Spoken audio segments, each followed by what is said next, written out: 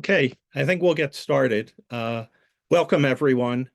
I'm Roy Idelson, President of the Society for the Study of Peace, Conflict, and Violence, Division 48 of the American Psychological Association. Today is our fourth webinar in this year's series on resisting oppression and pursuing justice.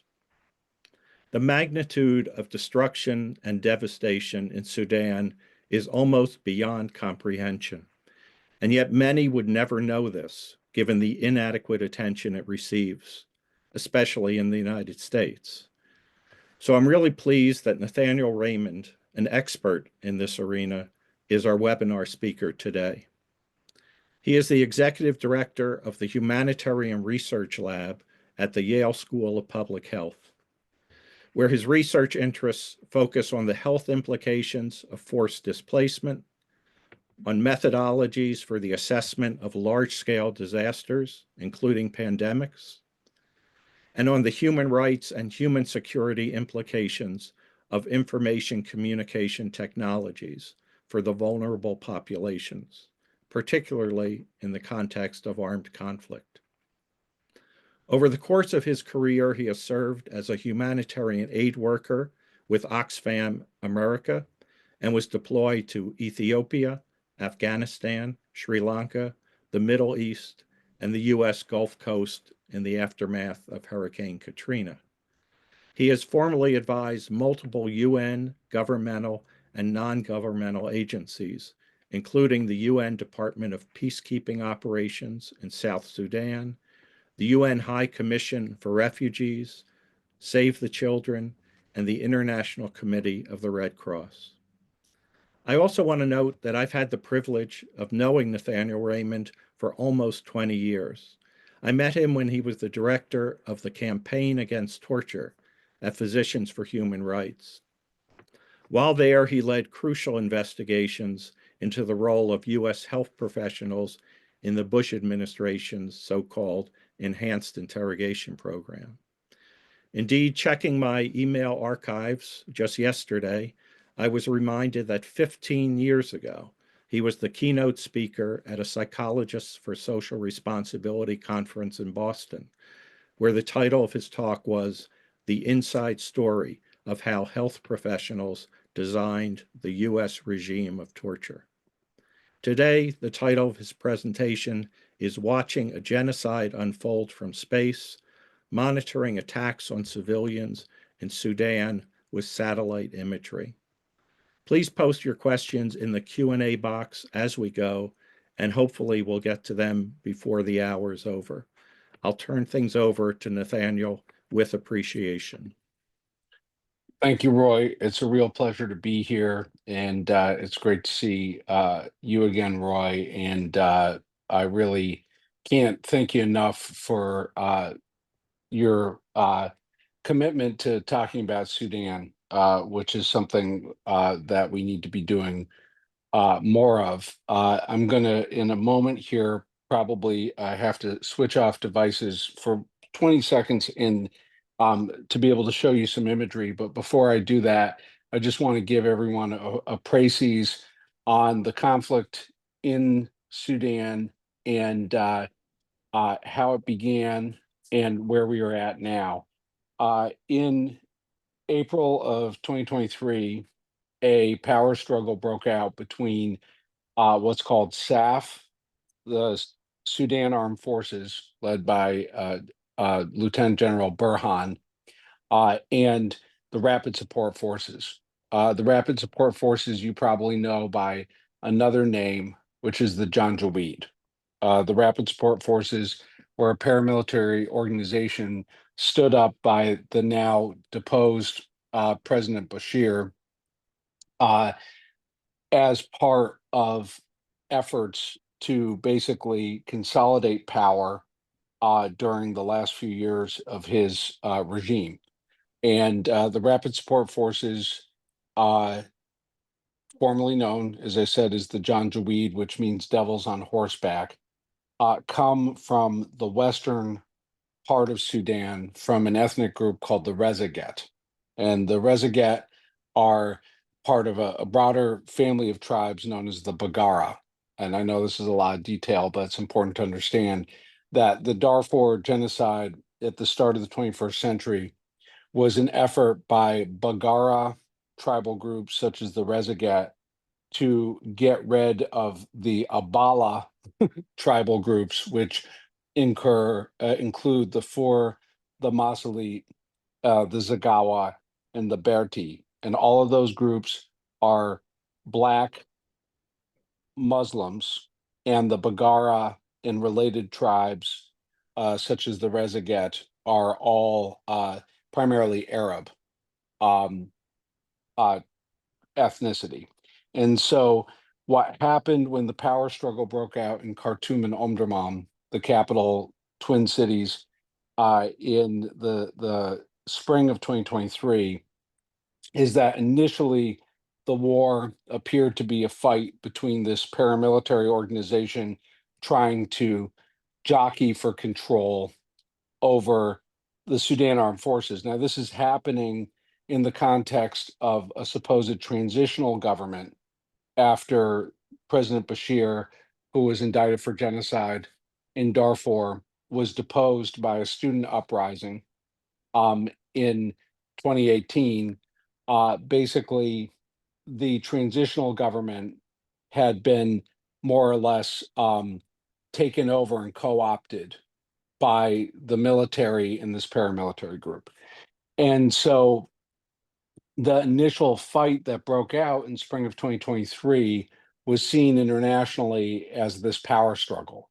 But then in the early summer of 2023, an incident happened from the really late spring into June, where rapid support forces attacked a city on the border with Chad called El Geneina.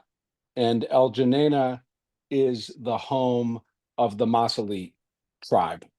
And they systematically, over weeks, basically caught a large amount of civilians in what we call in our field a kill box, and killed the men and boys over a period of weeks.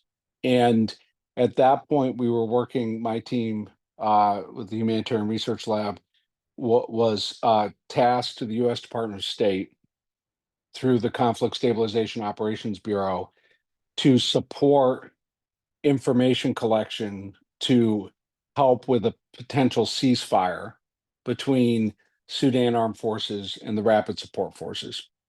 When we saw events occur in El Geneina, that we realized the conflict had changed, and the rapid support forces were using the civil war not to attack the Sudan armed forces alone, but to complete the Darfur genocide, which had begun at the start of the 21st century.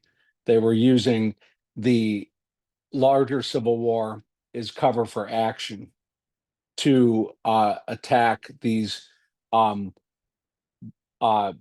Black non-Arab tribal groups. And the killing in El Geneina was so significant that we could see piles of bodies from space. And we began to use those piles of bodies to navigate to determine where rapid support forces had attacked. We would eventually gain access to ground photos from the killings that were collected by those who were disposing of the bodies. And we noticed some important details, which when you're documenting potentially genocidal violence are very important forensically. The individuals were shot at close range. They were shot in the front or shot in the head. But what was interesting from our perspective of trying to figure out what was happening next is that next to the bodies were smashed phones. They were preventing them from taking pictures and collecting information. As they were doing the killing in El Geneina, they began to take out the cell phone towers, and we could watch that from space. So they were preventing the ability of the Masalit to cry for help. the violence in El Geneina spread through the West, and RSF forces, while still fighting in the capital into the summer of 2023, began to set fire to the remaining villages of the Masili, the Fur, and the Zagawa, and we tracked them. And so we used a sensor called VEERS, which you don't need to know all about the acronym, but it's an infrared thermal sensor from a NASA suite of satellites called Landsat that detects thermal anomalies. And so we basically used an imagery process called tip and cue, where we collected a very coarse thermal sensor of a fire, and then we used that to trigger a more sensitive satellite that collects very high resolution imagery to come in on top of the thermal signal and take a picture. And what we began to document is that the rapid support forces were attacking civilian communities in sort of two plumes, in a northern route, in a southern route. And that became very important because we could see what they were doing. They were encircling an area known as Al Fasher. And so Al Fasher is very, very important because during the first genocide, Al Fasher and 3 internally displaced persons camps called Zamzam, Al Salam, and Abu Shuk in North Darfur became the last safe haven, other than Jenaina, for the majority of those from the non-Arab tribes who were fleeing for safety. And so those camps were about 20 years old. In July of 2023, while still working for the US State Department, our team here at Yale requested an emergency private meeting with the United Nations Security Council. And we briefed the United Nations Security Council that we had data that the rapid support forces were going to attempt to surround Al Fasher and destroy the camps, and would likely try to starve them out and then burn them down and kill them. So we've briefed since that point the UN Security Council in various sessions 6 times, the US National Security Council, Congress, and we've released over 35 public reports, primarily related to Al Fasher and the surrounding area. And what happened is, by spring of 2024, the rapid support forces began to burn all of the agricultural communities surrounding Al Fasher and engaged in a humanitarian blockade, because within that last city, that last castle, so to speak, in the IDP camps, was the remaining elements of the Sudan Armed Forces in Darfur, called the 6th Division. And it was a very ironic, tragically ironic moment where the 6th Division was in many ways responsible for putting those civilians in those displaced persons camps, was now their last hope, along with a rebel unit called the Joint Forces, the last hope for the defense of those people.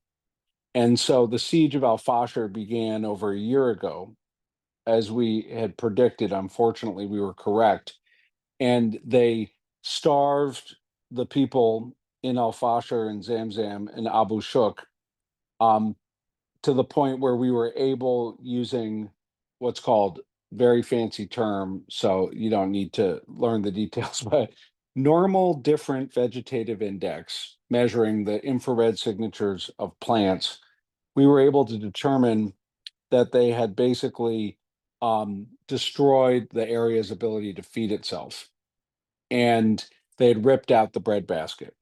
And so that information was used by the United Nations last summer to declare a but through what's called the FRC, the Famine Review Committee of the United Nations, took our data and other data and determined that what's called an Integrated Phase Classification 5, or IPC 5 event was occurring in Al Fasher, Zamzam, part of Abu Shuk and Al Salam, which is the highest level of famine.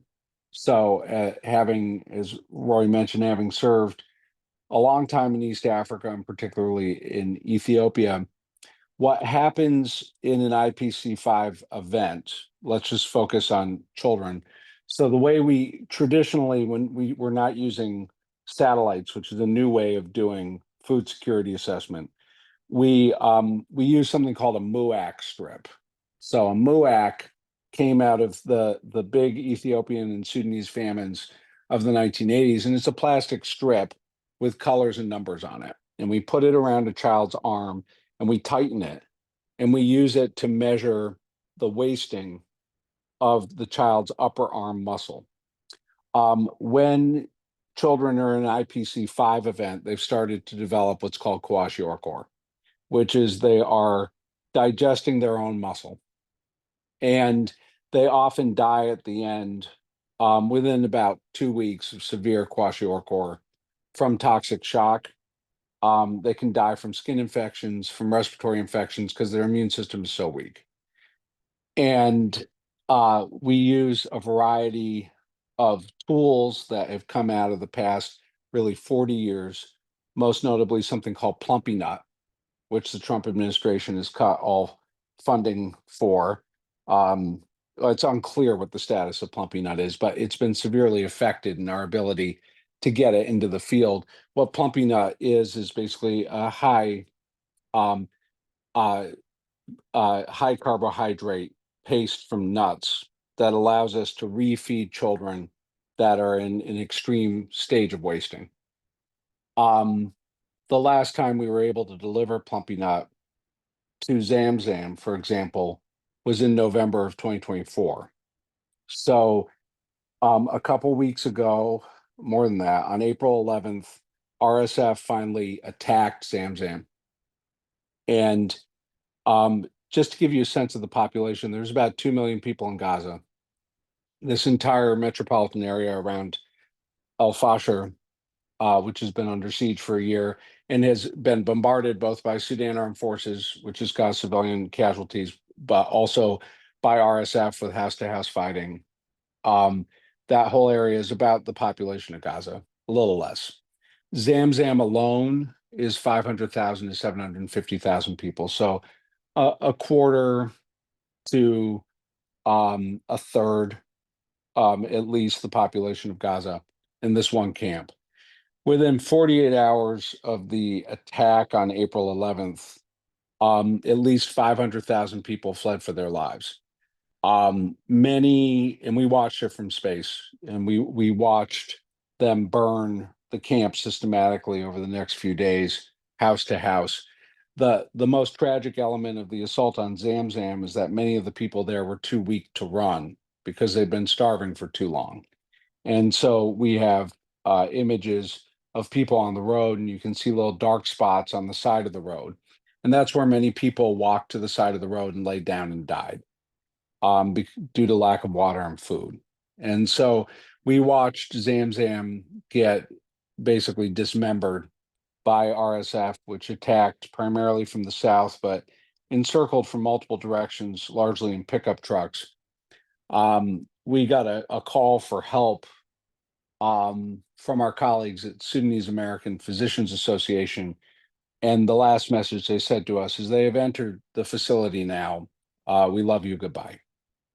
And 9 of our colleagues at Relief International were executed on camera by RSF and shot in the back of the head while begging for their lives that weekend. And we received calls from the chiefs on the Zagawa side, and they told us that at least 58 of their women and girls had been taken by the Rapid Support Forces into sexual slavery from the camp to be auctioned. We're currently hunting their whereabouts now.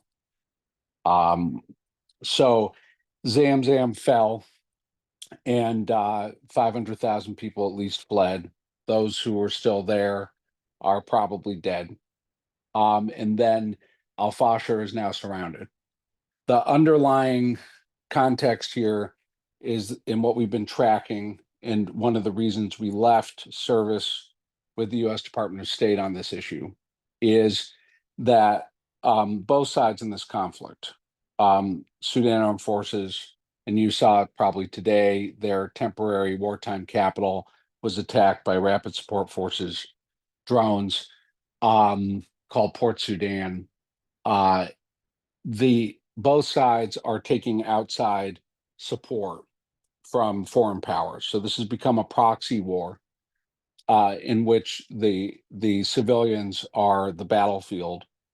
And so the Iran, Egypt, China, and to some degree Russia support SAF, whereas primarily on the RSF side, they're supported through the United Arab Emirates. Our issue with the American government in the last administration, and it has not changed in the current one, is we felt that there was not adequate pressure being placed on the United Arab Emirates to stop its flow of weapons, include weapons we were documenting going into the field through our surveillance. Weapons that include fixed-wing drones, advanced Chinese artillery systems called an AH-4, advanced Russian make sniper rifles, the Dragunov, and advanced command and control and communications equipment, which has allowed the Rapid Support Forces, both in Darfur and in the east of the country, to keep the fight going. And so the two-line closeout here, this war is continuing because of a lack of any international concern and action to put pressure on the sponsors of the parties to the conflict, in particular the UAE support for Rapid Support Forces. That's the first takeaway. The second takeaway is that we are standing idle while at least 1 million, probably more people in the last safe haven from the first Darfur genocide are in danger of being killed imminently by a genocidal paramilitary group.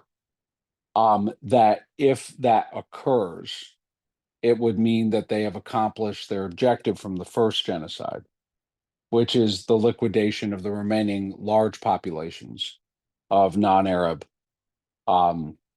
Muslims in Darfur. And so it is important to note that the Biden administration declared a genocide in its last week in office, which we had been trying to get it to do since July 2023. And the Trump administration has actually affirmed the genocide finding of the Biden administration at the State Department. And so we continue to publish what is happening in Darfur. We also continue to document abuses by the Sudan Armed Forces as well. And so we are looking at a moment where nothing that is happening now is a surprise. Nothing that is happening now was occurred without warning. This is unfortunately one of the most, if not the most, well-documented committal of atrocities in human history. We have been able to watch all of it. We have had pristine information. And so the takeaway here is that satellites can do a lot, but they can't create political will. Over to you, Roy, and any questions from you all. Thank you, Nathaniel. I'm trying to, okay, maybe I did that correctly. Thank you. Obviously, really disturbing, painful. And that's the first question that came in is about that. How do you cope with having so much information about what is happening without being able to stop it? I mean, how does your team, uh, what is that like? Uh, it really is, it's different for different members of the team at different times. We have a real mix of personnel. And my iPad's going to die, so I'm just switching onto my phone here. So I'm joining. Okay, now I'm getting rid of.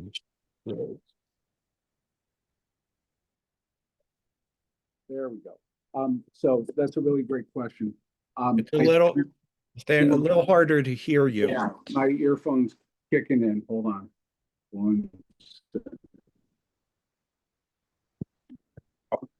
Okay. Is that better?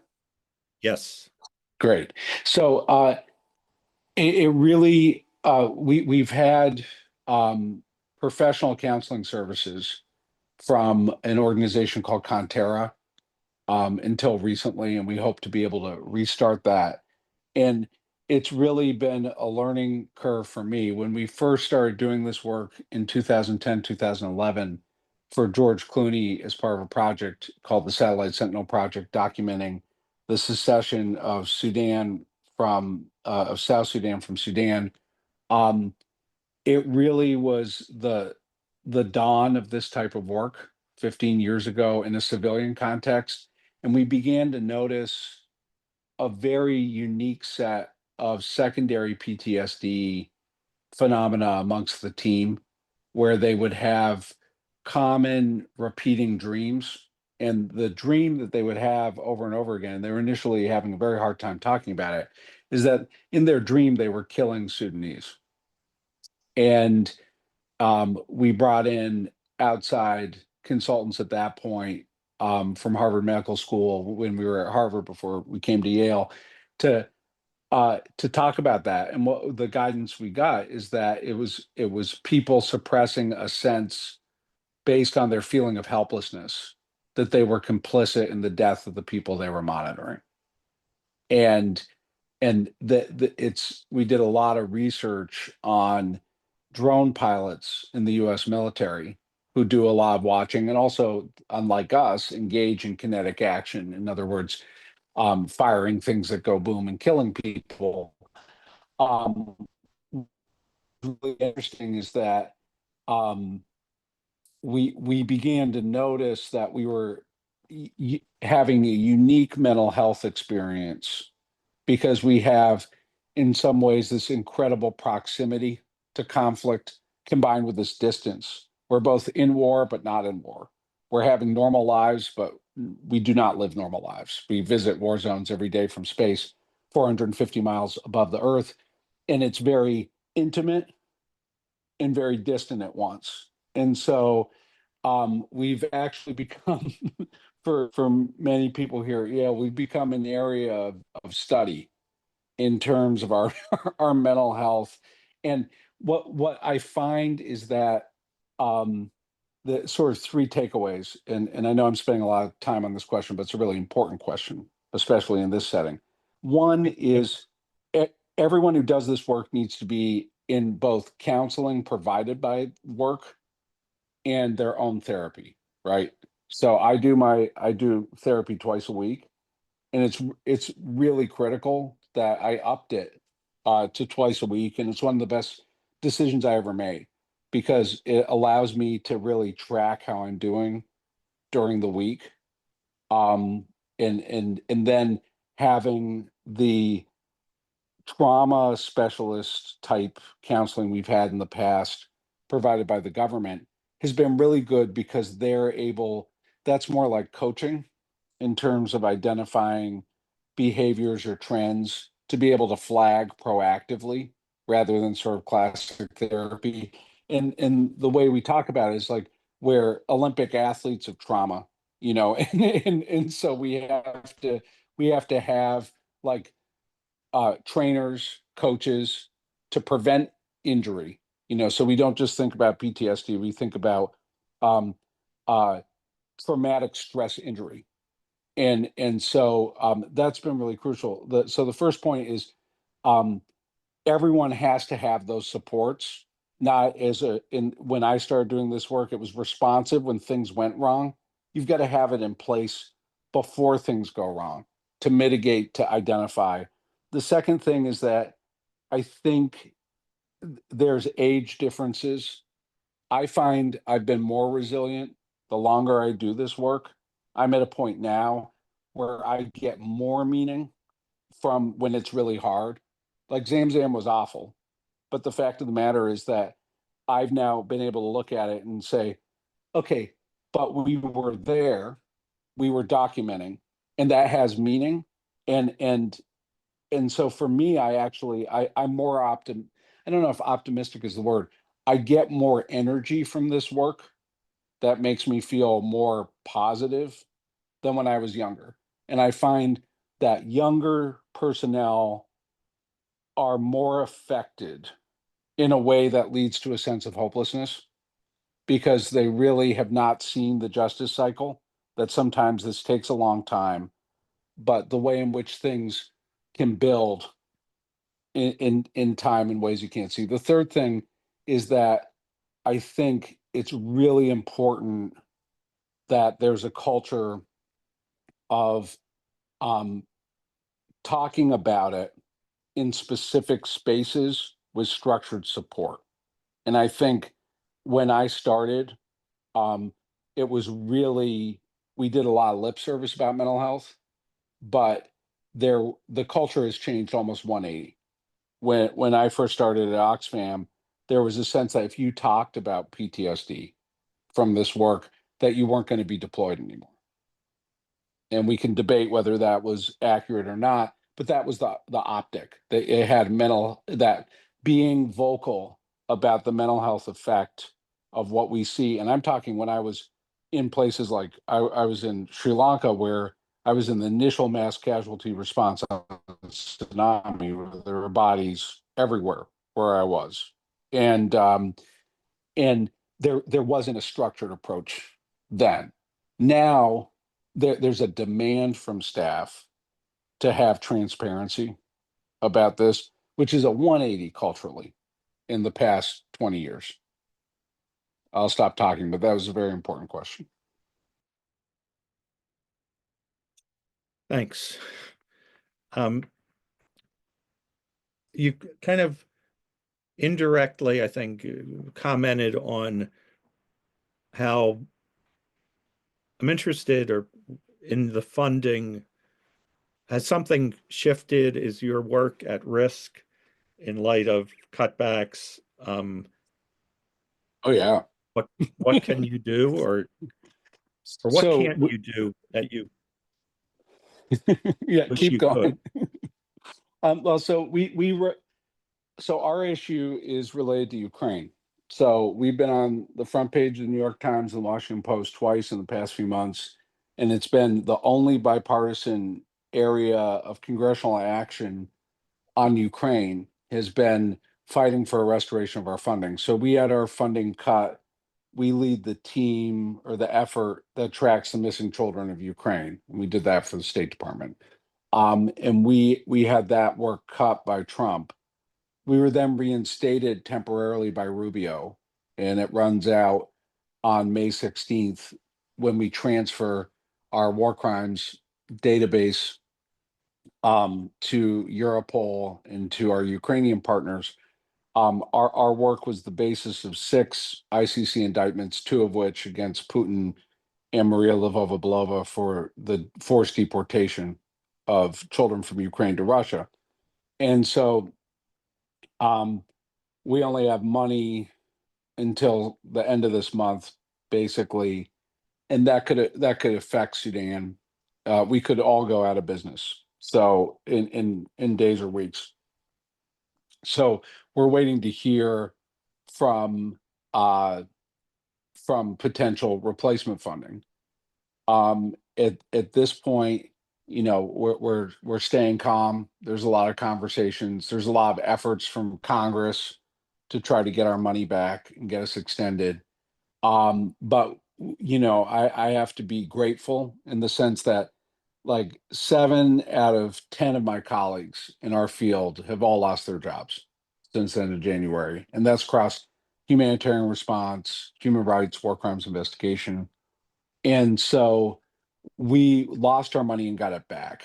And we don't take that for granted. And so really one message I want to say here, and I know people are probably feeling very hopeless right now about things in the American political context. We fought back with Congress and with the Christian evangelical community. It worked. Now, it didn't work entirely, but it worked long enough for us to get our evidence to the Europeans. And why I'm saying this is that fight uh, as it relates to the cuts, fight. And I think there's been a degree of immediate self-compliance by not everyone, but some organizations. And I think we you just can't give up. You have to fight every step of the way. And there's actually surprising constituencies that exist. The person who helped get our money back was Senator Grassley of Iowa. And so as it relates to many human rights issues, like on Sudan, the biggest champion on Sudan has been Senator Rich, the Republican chair of Senate Foreign Relations, has held both the Biden administration and the Trump administration accountable on Sudan more than any other member of Congress. And so this is not in any way a partisan statement. It's just there are actually surprising allies if you go and look for them. Great, thank you. Someone has asked, is there any way that you could or could have, if their phones had not been destroyed, send messages that would help protect them or give them information in terms of how to get away, or just messages of appreciation? Oh yeah, we've talked to many people up until the point they were killed, and so part of for those who maintain comms, it's been because of Starlink.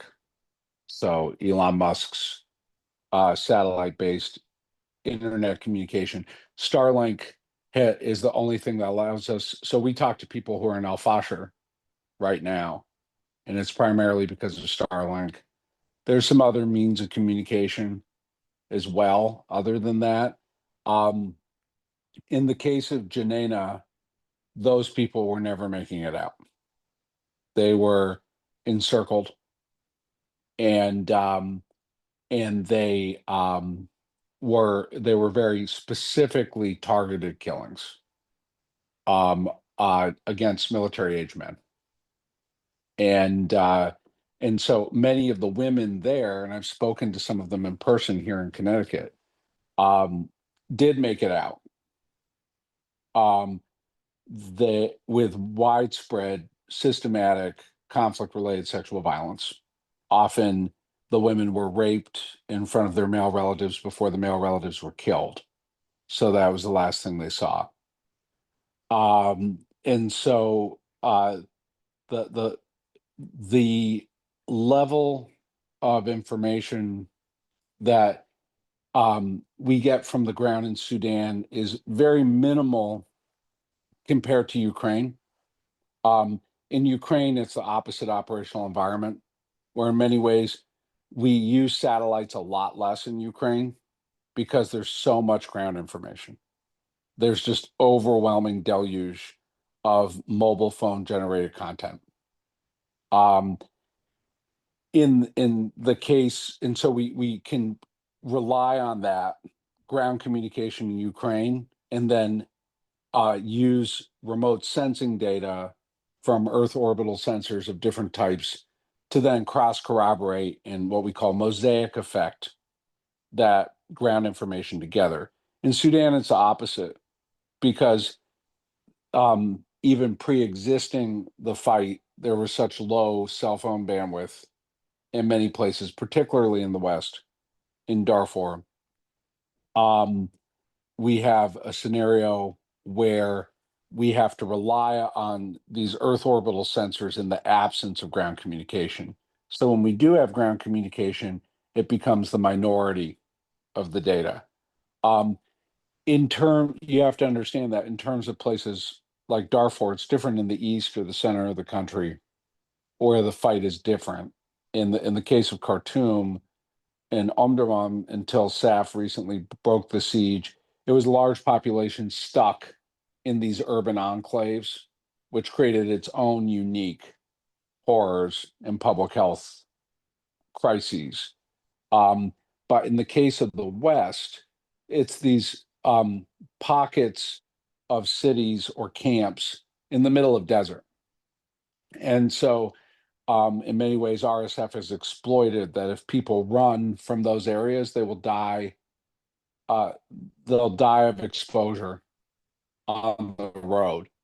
And having operated in a lot of these conditions, I can tell you that even if you are fully equipped, you can still die of exposure with electrolytes, et cetera, and now do that without having eaten for weeks. And so, in many cases, that's the strategy, is to force them out of communities and on the run into situations which are even more precarious. The two things that kill people in conflict, even genocidal ones, more than bullets, there are two things. The two most dangerous things in conflict are, one, acute watery diarrhea.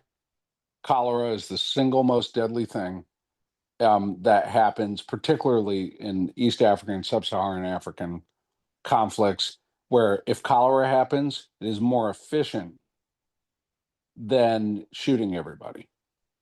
The second thing is basically secondary mortality and morbidity related to lack of potable water and food, is also an extremely efficient killer. And the RSF knows that.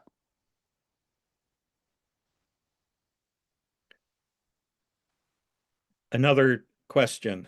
Can you speak a bit about how you are working at the operational level? Did you have or had staff on the ground in Sudan and Ukraine and staff in the US and New Haven? Did you involve particular subject matter experts, and how does everyone gather and record data securely? So our two teams across Ukraine and Sudan have never all been together. And in many cases, they've never seen their faces. This is a rare time that I'm actually on video. We don't have a physical office, and we work entirely through secure encrypted communication.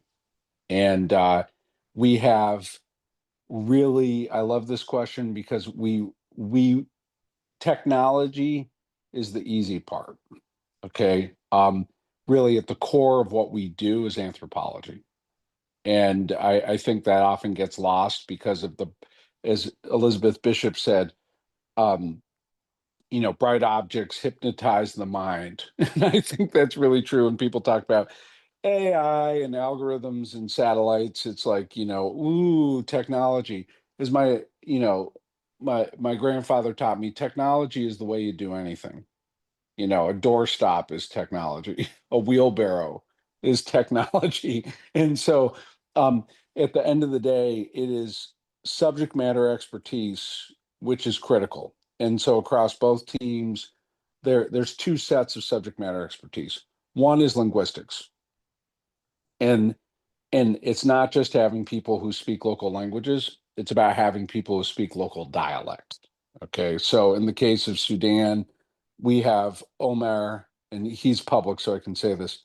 Omar Ismail, the former foreign minister, acting foreign minister in the transitional government for Sudan, is on our team. And he is from the Berti tribe in Darfur. And so Omar, who also served as an advisor of the U.S. Special Envoy to Sudan, Omer coordinates our ground communication. and coordinates basically our cultural awareness. Okay, so that's the first thing. The second critical, in the case of Sudan, the second critical part of ground knowledge is about agriculture and weather patterns. And so, war in East Africa in particular is seasonal. And so there's a fighting season, which is the dry, which we are in now. We'll be in the dry for another 15 days to the end of May. By about, we can already see the clouds coming in, um, very thick, and we'll get by, and that's a big problem when you use satellites. So the rains are about to start, and during the rainy season, fighting continues, but it's very close proximate, meaning that there's not large ground drives over a long distance. And so they get in close to each other, and that's actually the most dangerous time when people can die in large numbers because the risk of cholera is very high when people are together in the rainy season. And with a large amount of standing water, infectious disease is really bad. And so we're entering our hardest time operationally. And as it relates to agriculture, you have to understand semi-nomadic pastoralist patterns. So this is one area that I have, which is weird given our background together, Roy, that when I started working on the torture campaign, it's ironic, my expertise was in livestock related conflict in East Africa. And so like I knew more about cows cows in South Sudan than I knew about psychology.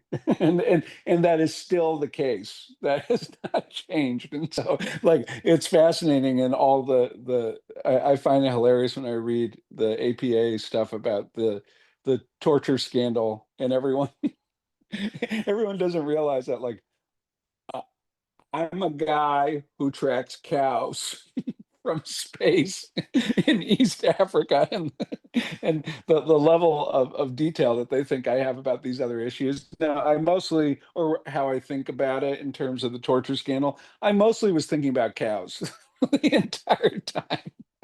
It's very funny. And so we have to use cultural knowledge, but also environmental knowledge and put the two together. And that's really how we can engage in predictive analysis about conflict patterns in East Africa. There's a degree to which that's also true in Ukraine, but very differently. The fighting has a seasonal element, and also it has a cultural element in terms of the human rights abuses.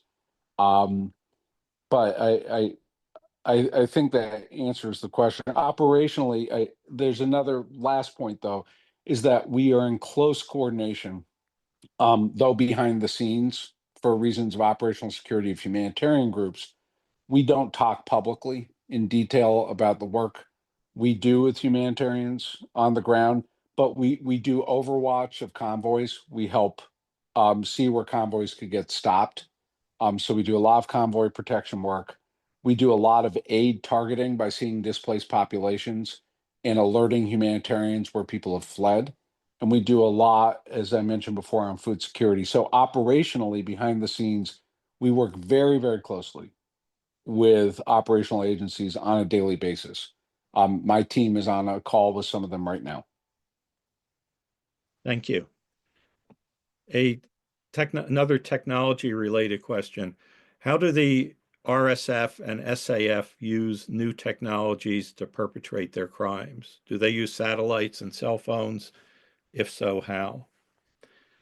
Yeah, I think one of the most important things for the past 3 years of doing this work in Ukraine, Sudan, that for me has been really important, and I wish we talked about it more. So I love this question because um, our RSF really shows where war is going. Okay, so to understand that 20 years ago, when the RSF was the John Jaweed, they had rusty AK-47s and Enfield rifles. Okay, they had basically from the start of World War II to like Korean War era. And now they have fixed wing drones, CH-95, FH-95, which are electronic jamming capable. They can intercept cell traffic. We've documented them. We put these images out publicly. They can do long range fire missions, in some cases between operational range of 1,500, 2,000 kilometers. They use advanced encrypted phone communications. They have, I think SAF still uses line of sight air targeting from planes, which means the pilots look out the window when they drop their bombs. And a lot of the civilian casualties that's happened because of SAF bombardment has been because they're not very accurate. They don't have laser guided. But both sides are now using UAVs as the basis of what's called ISR, which is intelligence sensor reconnaissance. So their ISR capabilities are drone based. What happened today in the past day or so in Port Sudan with the 6 suicide drones that came in really is, you know, I don't think enough is made about how the fact that UAV cheap commercial drones and increasingly cheap proliferating military grade tier 1 attack drones are changing conflict globally from Ukraine to Sudan. There is the before the drone revolution and after. And in many ways, it is providing some preventative potential for civilian protection. On other hands, depending on what technologies we're talking about, it's increased risk to civilians. Okay, and so the other big thing that has happened is really the level of command and control coordination that is occurring in both Russia's war in Ukraine and in Sudan through commercial messaging apps and commercial telecommunications. So things that would have been military grade 10 years ago are really now moving into commercial communication space, which for us actually creates a huge opportunity to track perpetrators by being able to infiltrate communications patterns through commercial data. It's actually not ironic that way. Well, we are almost out of time. Do you have any final words before I sum up? Uh, for me, like, you're never supposed to say this in my field. Like, um, you're not supposed to pick favorites in terms of conflicts. Um, and I've worked on conflicts all over the world. But at the end of the day, like my nickname in the Sudanese population, they jokingly call me the Darfuri man. Obviously, I am not from Darfur, but the point is that for me, this conflict in Sudan is extremely personal, and it is not that suffering in any other place. I mean, you know, my heart's ripped out every day by what's happening in Gaza, which are in many cases identical abuses, forced starvation, bombardment of civilians, um, uh, etc., collective punishment. Um, but the point is, for me, I grew up professionally in East Africa. I have spent more time in East Africa. I'm working on East Africa than I've spent in most places in the United States. And so for me, um, though I look like a gangly Yale male and pale, guy from New England. My heart is really East African, and so for me, the to be able to talk about this today beyond the sort of baseball card stats, to talk about what it's like doing this is really important and powerful because I all people in conflict should be our people, um, and they are, for me, and I think for you all as well. But for me, these people have suffered so much for so long with such little concern on the front page of American papers, on American consciousness. Um, and I say this very clearly. Um, if it's not racist, well, it sure feels like it. And so, um, please try to make Sudan something you talk about with your members of Congress, with your divisions in APA, with your family members, because this time there's been no chance, no student protests, no bracelets, no celebrities getting arrested. These people are dying in darkness. Thank you for having me. It's Yeah, great to see you, Roy. I want to thank you again. Um, Very powerful and so important, that you were able to share what you know, what you feel with us. I'm sure we all learned a great deal. I'll just end by, speaking more broadly to remind people that we plan to host a webinar every month like this one on topics related to resisting oppression and pursuing justice. And if you're a member of our society, Division 48, you'll receive notice whenever these webinars are scheduled. And if you're not a member, we'd love to have you join us. You do not have to be a member of the APA in order to be a member of our society. And actually, you don't even need to be a psychologist. And you can join online at peacepsychology.org. Again, thank you for your time, Nathaniel, and thanks everyone for being here. And goodbye for now. Thank you.